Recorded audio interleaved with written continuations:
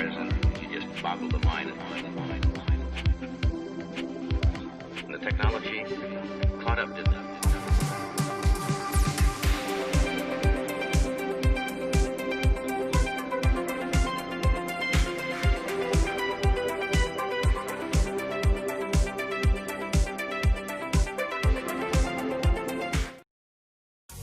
LWO1 WeatherNet. Liftoff conditions looking pretty good.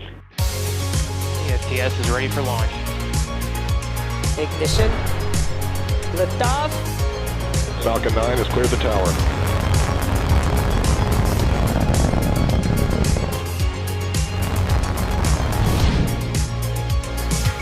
Ten, 9, 8. Side booster ignition. 6, 5, 4, 3, 2, 1.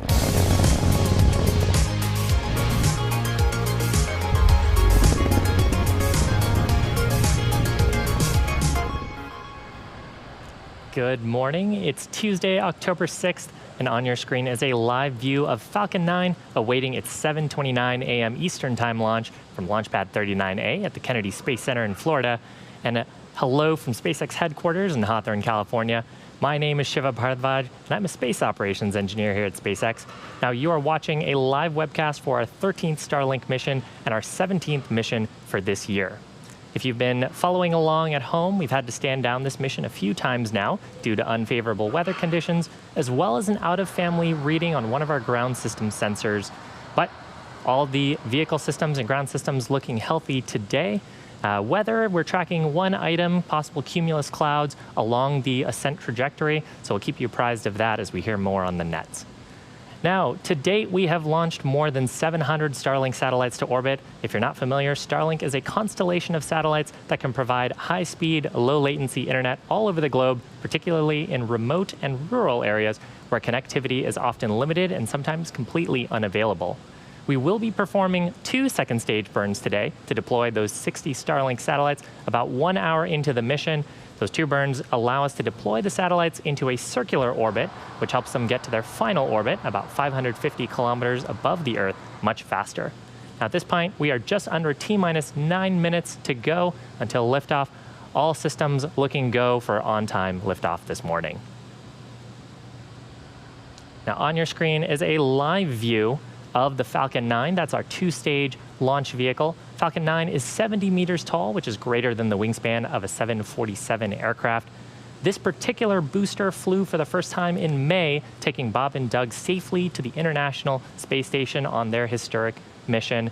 It also flew again in July for the Anasis 2 mission for the Republic of Korea. And the bottom 2/3 of the vehicle that you can see covered in soot from its previous 2 flights, that's what we refer to as the first stage. Its job is to accelerate the vehicle through the Earth's atmosphere to space with the help of 9 Merlin engines that it has at its base. We will be attempting to recover this first stage for the 3rd time on our drone ship named, Of Course I Still Love You. You can see on your screen there, about 624 kilometers off the east coast of Florida. Now, our first stage is designed to be reflown 10 or more times with minimal refurbishment between flights. It'll actually be the 15th time this year that we're flying a flight-proven booster and the 43rd time that we're doing so to date.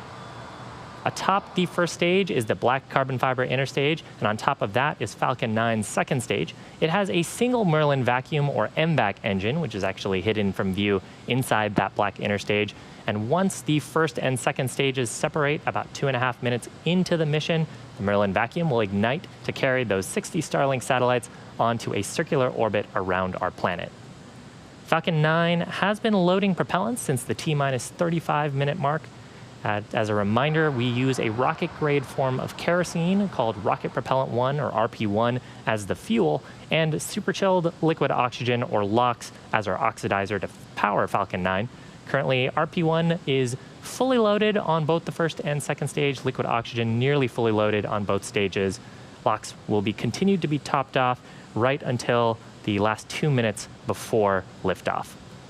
Now, at the very top of the rocket is this nose cone structure. This is what we refer to as the satellite fairing, and inside that is a stack of 60 Starlink satellites. The fairing's job is to protect the satellites from aerothermal heating, aerodynamic loads, and contamination during the ascent portion of the mission. But once we get to the vacuum of space, we actually don't need it anymore. So we'll jettison those fairing halves as the second stage continues its journey to orbit. Now, one of the fairing halves is brand new, but the other previously supported 2 Starlink missions, one in May of 2019 and another in March of this year. And we will be attempting to recover both halves today using our recovery ships named Mystery and Mischief. Now, at this point, quick update on the weather. The 45th Space Wing gave us a 70% chance of go, the primary concern being cumulus clouds along the ascent trajectory. Still waiting to see if we will be go for launch at 7:29 Eastern Time, but from what I've heard, we are trending towards green for launch. Now, with that, vehicle, satellites, weather, and range looking good for an on-time launch. Weather, of course, with that watch item right until the final minutes before liftoff. Now, as many of you know, the Starlink team is well into the first phase of testing with our private beta program. During this time, the Starlink team has been collecting latency statistics and performing standard speed tests on the system. The initial results from these tests have actually been really promising, showing super low latency and download speeds in excess of 100 megabits per second. As we've mentioned previously, we are still in the beginning stages of building out our global satellite internet constellation, but the initial results do look promising, and we're looking forward to rolling out a public beta later on this year. Earlier this week, we also heard from emergency responders in Washington State who have been using Starlink for their purposes and to help bring the residents of Malden, Washington internet service as they rebuild their community following devastating wildfires that hit that area back in August. A representative from the Washington State Military Department said he's never worked any tactical satellite equipment that has been so quick to set up and anywhere near as reliable.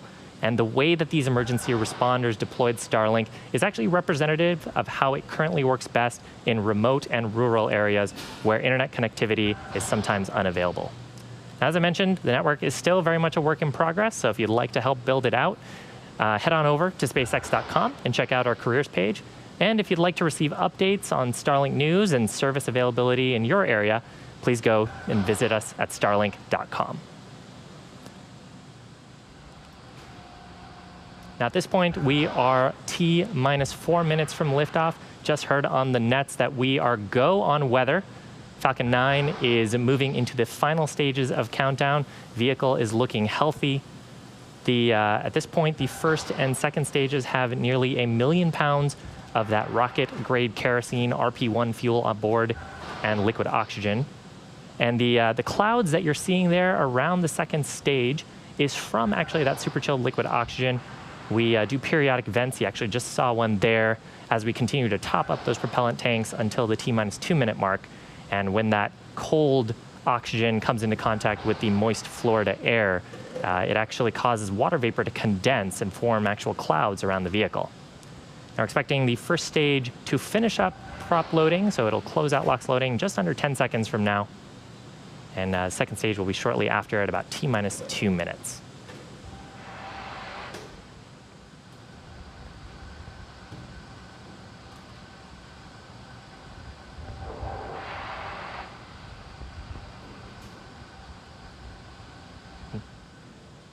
Now, about T-minus 60 seconds, Falcon 9. LOX load closed out. There's that call out for LOX load closeout. About T-minus 60 seconds, Falcon 9 will transition into startup. That means that the rocket's internal flight computers will have taken over the launch countdown, and they will continue to have control of the vehicle all the way through the rest of the mission. At this point as well, the Starlink payload is continuing to look healthy. No issues being tracked by the Falcon 9 team at this moment. Weather is go for launch. Range is currently green for launch. Coming up around T-minus 2 minutes, we'll hear a second call out here for stage 2 LOX load complete.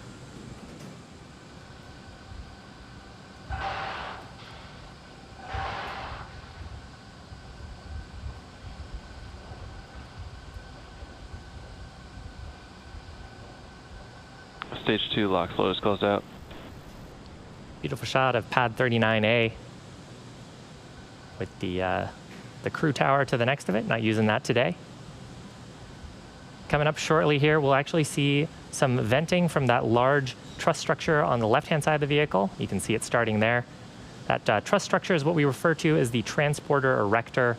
That's what rolled out Falcon 9 to the pad. and provides electrical power as well as the propellants that we've been loading into the vehicle. At this point, we're just venting out liquid oxygen that is in the lines on the transporter erector before transitioning into the final steps before liftoff.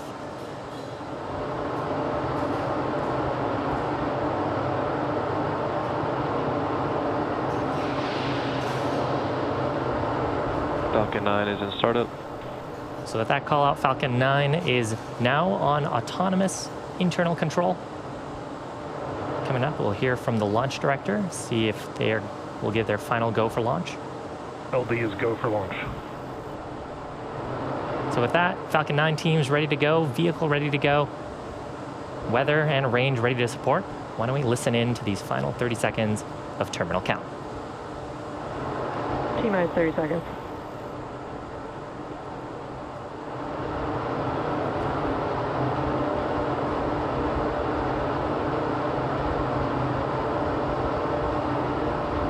Stage 1 flight press. T-minus 15 seconds. 10, 9, 8, 7, 6, 5, 4, 3, 2, 1, 0. Ignition. Liftoff.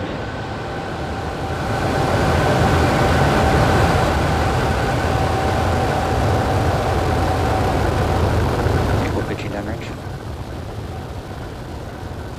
Stage 1 propulsion is nominal.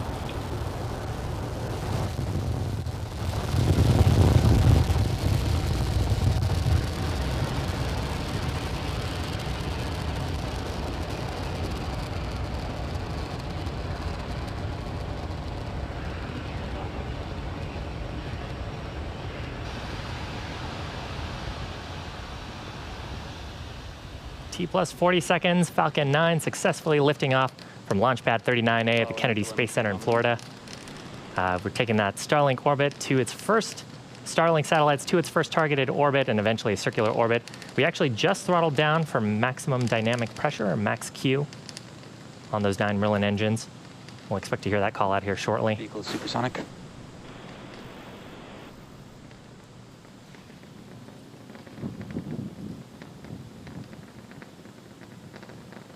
Max Q.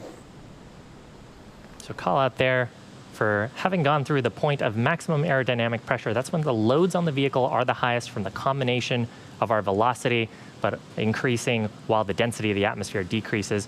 Now, coming up in just about a minute, we will have 3 events happening back to back. First will be main engine cutoff, or MECO. That's where we'll shut down those 9 Merlin engines. You can see the plume expanding from them on the back of the rocket here. That'll be in preparation for stage separation. Now, stage separation is where the first and second stages will separate. First stage will continue on a parabolic trajectory towards the drone ship, while the second stage continues on to the final event, or second engine start number 1. That's where that Merlin vacuum engine will ignite. And once it lights up, it'll propel the second stage along with Starlink satellites into orbit. Actually heard earlier that we've started chill in on the turbo pumps of the Merlin vacuum engine to get it ready for that full flow of propellant and oxidizer. So coming up just about 12 seconds from now, expect to see MECO, its main engine cutoff, then stage separation, and then at about T plus 2 minutes and 45 seconds, second engine start number 1.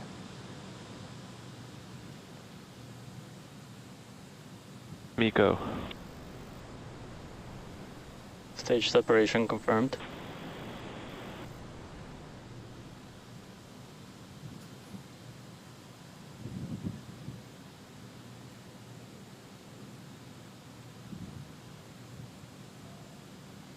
So there is successful stage separation and second engine start. You can see the grid fins deploying on the left-hand side of your screen. That's the first stage. On the right-hand side of your screen is the Merlin vacuum engine starting to glow brightly with the heat of that combustion reaction. First stage making its way back towards Acquisition of planet signal, Earth. Maryland. Coming up here, should be fairing deployment shortly. Separation confirmed. There's a call out on the nets and a beautiful shot of the Starlink satellites. You can see on the right-hand side there a little bit of planet Earth Actually, you can see a fairing half there trailing away. Now, as a reminder, we will be attempting to recover both the fairing halves today on our recovery ships, Mystery and Mischief, that are also stationed in the Atlantic Ocean.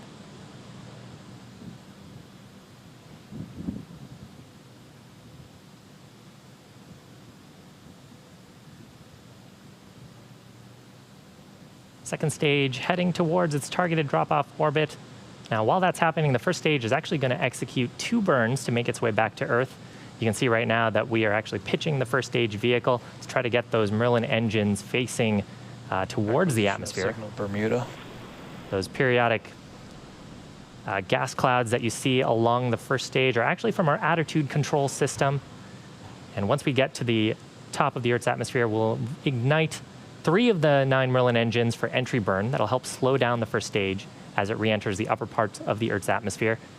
And the second of those burns will actually happen much closer to touchdown on the drone ship. That's the landing burn, where we will ignite just a single Merlin engine at the center of the set of 9.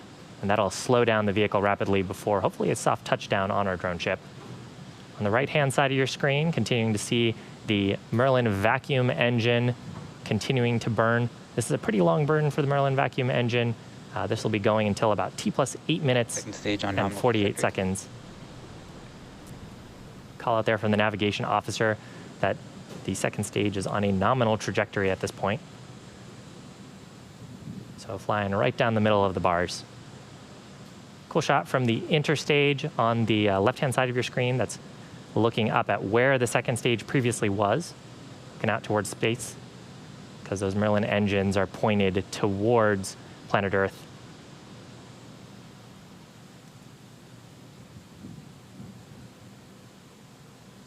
Coming up in about a minute from now, we'll expect to see that entry burn start. Entry burn expected to last about 20 seconds. Again, that'll be 3 Merlin engines, and usually you can actually see the plume sort of creeping up the side of the rocket, since the vehicle is right now both going thousands of miles an hour.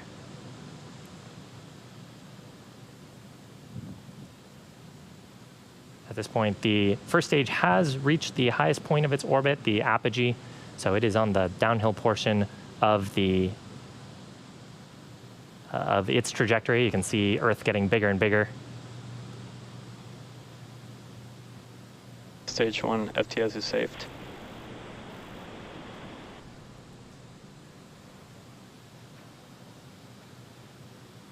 Stage 1 entry burn startup. Startup of those 3 Merlin 1D engines on the first stage.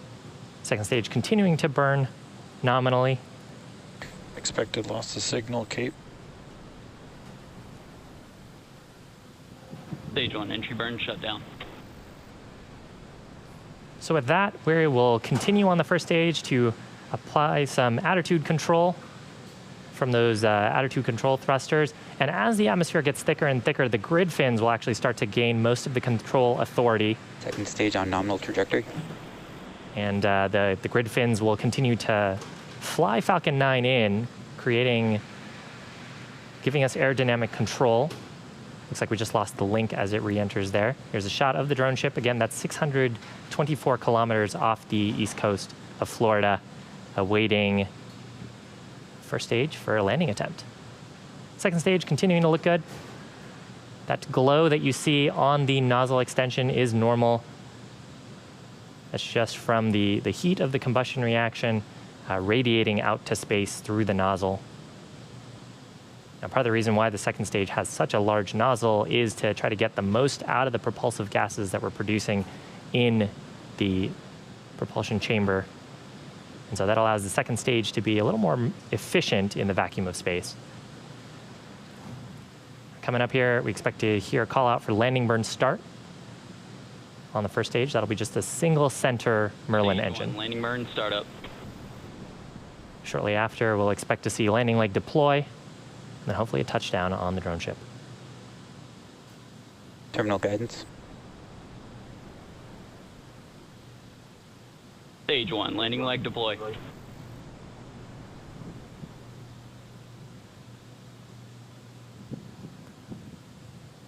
Looks like right Landing confirmed. in the center. That marks 61 successful Stage 2 FTS is recoveries. Third time for this booster. Now, coming up about 8 seconds from now, second stage is also going to shut down its engine for second engine cutoff number 1. Keep an eye out for that on your right, on the right-hand side of your screen.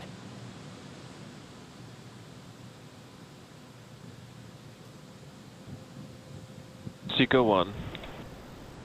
And successful shutdown of the Merlin vacuum engine. Navigation officers will be assessing whether we have ended up in the right orbit. And most of the way up, we were right down the middle. Nominal orbit insertion. So good call out there. We're in the first of 2 planned orbits. Now, the second stage is going to coast in this orbit for about the next 30 minutes. We're actually going to take a break while it's doing that, but we'll leave you with an animation that shows exactly where the stage is in this coast phase. And we'll see you back here at T plus 42 minutes for reignition of the second stage's engine. See you back shortly.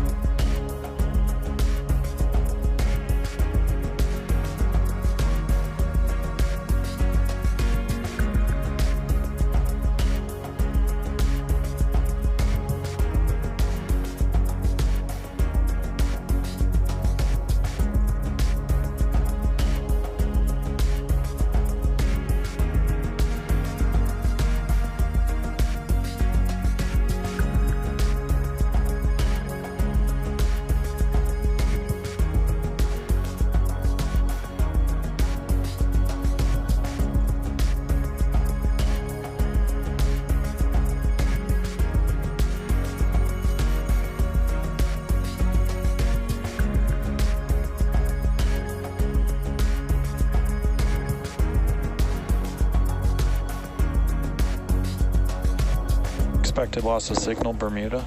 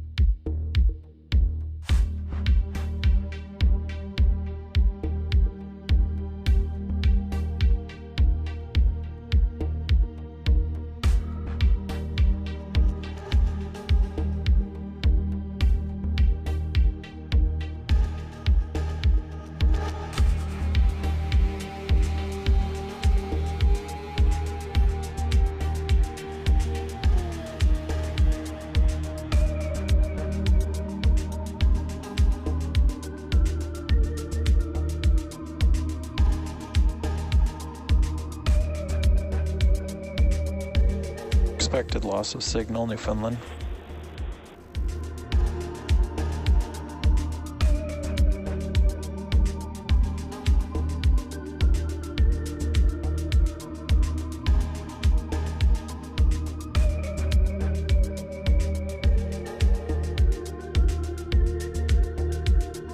Acquisition of signal, Goonhilly.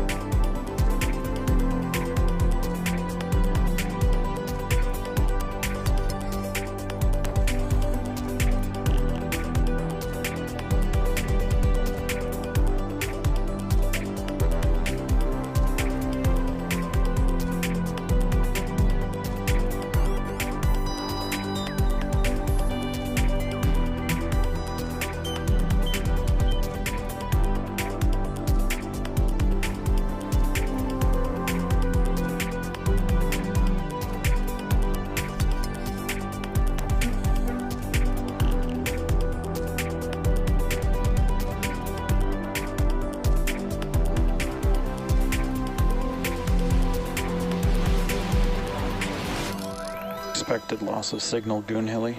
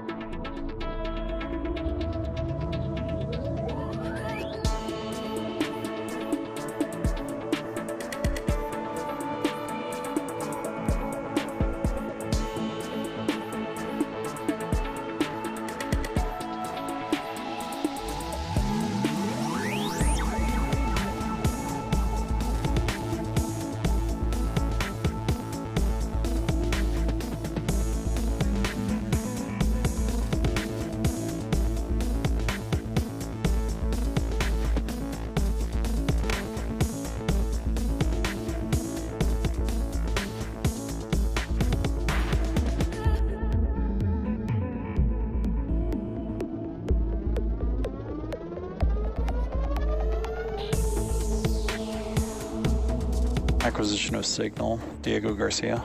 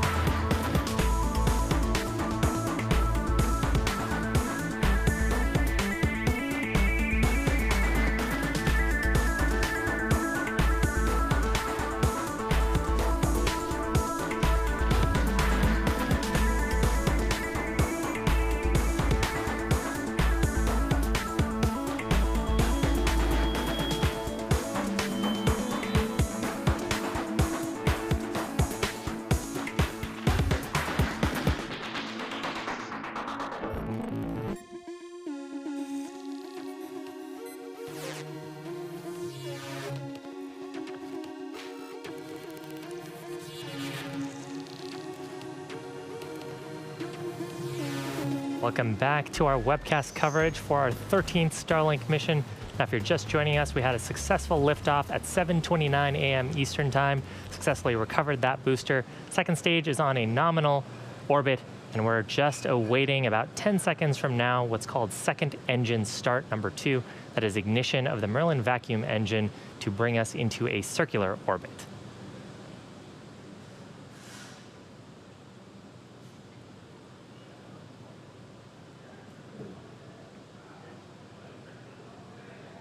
MVAC burn 2, and good shutdown. So super fast second engine start number 2, and then followed by second engine cutoff number 2.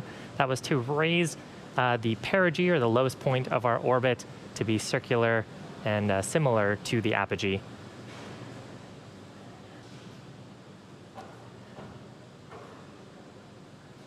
And we also, looking at the data, have confirmation of a good circular orbit. And we actually got some cool shots as well from recovery. This is a shot from our drone ship. Just read the instructions, and you can see on the horizon there, that is the first stage from today's mission on, of course, I Still Love You. Again, that's the third landing for that booster, 61st overall recovery. And we actually caught a fairing half today as well. That's the active fairing half, and this fairing half has flown 3 times, landed it right square in the middle of the net.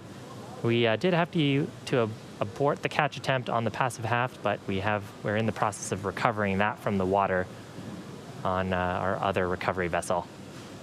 So from here, second stage is going to continue in this orbit for about the next 16 minutes. During this time, it'll actually start to pick up a spin on its central axis. It'll start using its attitude control system to start a small rotation, and that's to give the Starlink satellites the momentum they need to space themselves after they do their deployment activities. That's expected to happen at about T+1 hour, or around 8:29 a.m. Eastern Time. So we'll see you back then.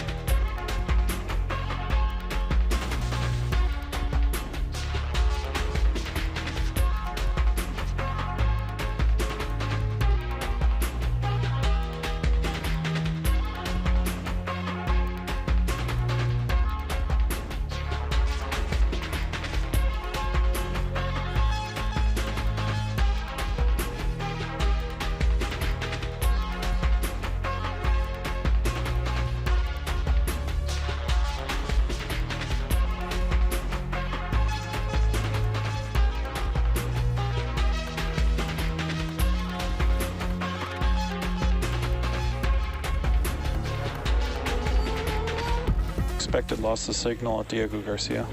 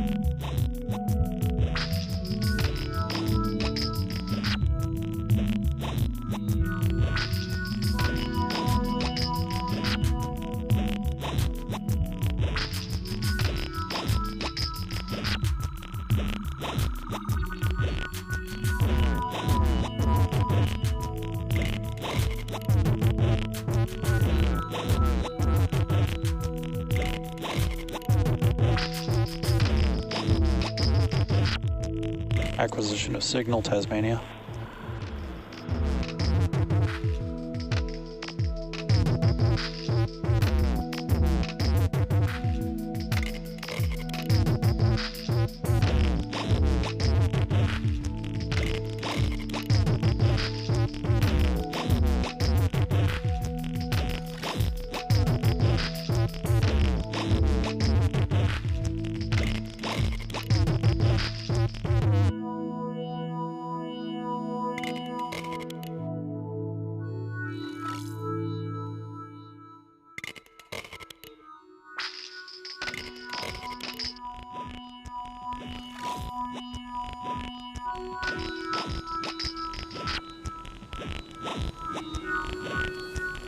Welcome back to our coverage for the Starlink launch. Now, if you're just joining us, we had successful ascent of the first stage at 7:29 a.m. Eastern Time. We recovered that first stage as well. Second stage is currently in a circular orbit around the planet, about 275 kilometers above the Earth's surface. And coming up next will be deployment of the 60 Starlink satellites. We actually just saw a shot of them earlier. Now, the second stage has picked up a slight spin. It picked that up from its attitude control systems. And that's to give the Starlink satellites enough momentum so they can space themselves out after deployment, which is expected just about 40 seconds from now. And you may have noticed it's a little bit dark. We're actually on the nighttime side of the planet.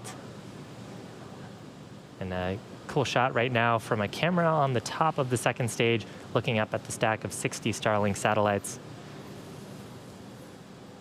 Starlink is part of our space-based internet constellation, and we're continuing to build up that network with today's launch. It's coming up about 10 seconds. Expect to see payload deployment.